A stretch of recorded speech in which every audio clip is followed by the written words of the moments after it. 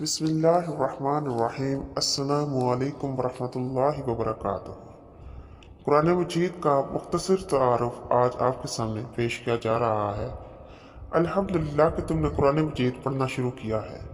कुरान मजीद क्या है? ये अल्लाह का कलाम है, या यूँ समझ लो कि अल्लाह की बातें हैं जो उसने अपने प्यारे नबी हज़रत मोहम्मद सल्लल्लाहु अलैहि वसल्लम पर हज़रत जिब्राईल के ज़रिए से भेजी, ताकि हमको मालूम हो जाए कि अल्लाह ताला कौन है। दुनिया में कौन कौन सी बातें करने की हैं जिनसे अल्लाह ताला खुश होता है, और कौन सी बातें छोड़ने की हैं जिनसे अल्लाह ताला नाराज़ होता है।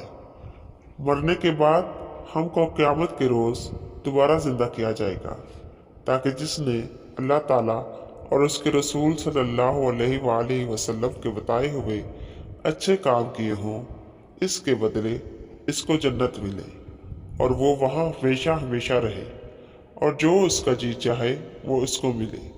और जिसने ऐसे काम किए जिनको अल्लाह ताला और उसके रसूल सल्लल्लाहु अलैहि वसल्लम ने करने से मना किया है, उसे उसकी सज़ा दोज़ख में भुगतना पड़ेगी। जिसने अल्लाह ताला के साथ शिरक किया है, उसे इसको माफ़ नहीं किया जाएगा।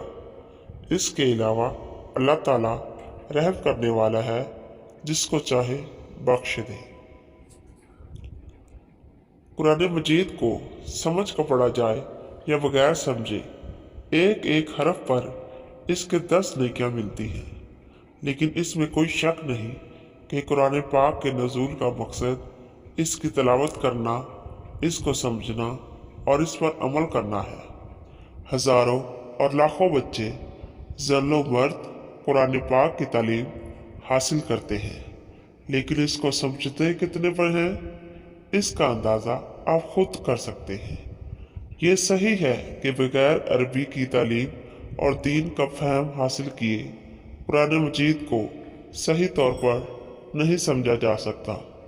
लेकिन क्या कोई ऐसा तरीका हो सकता है कि तलबा को कुरान मजीद का मकसद कुछ ऐसे आसान तरीक़ों से उनके जहन नशीन करा दिया जाए कि वो इस मुक़द्दस किताब से, जिसको वो रोज़ाना पढ़ रहे हैं, बिल्कुल बेताल्लुक़ ना रहे, और इनमें इसको समझने के शऊर को बेदार कर दिया जाए।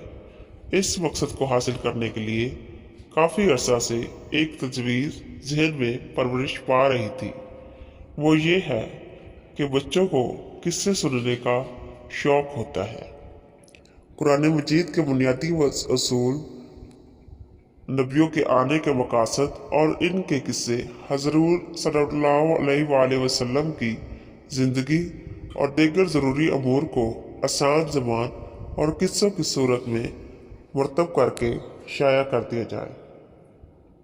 उस्ताद साहिबान रोज़ाना एक अनवान बच्चों के सामने किस्से की सूरत में बयान फरमा दें, और फिर बच्चों से भी किस्से की सूरत में सुने।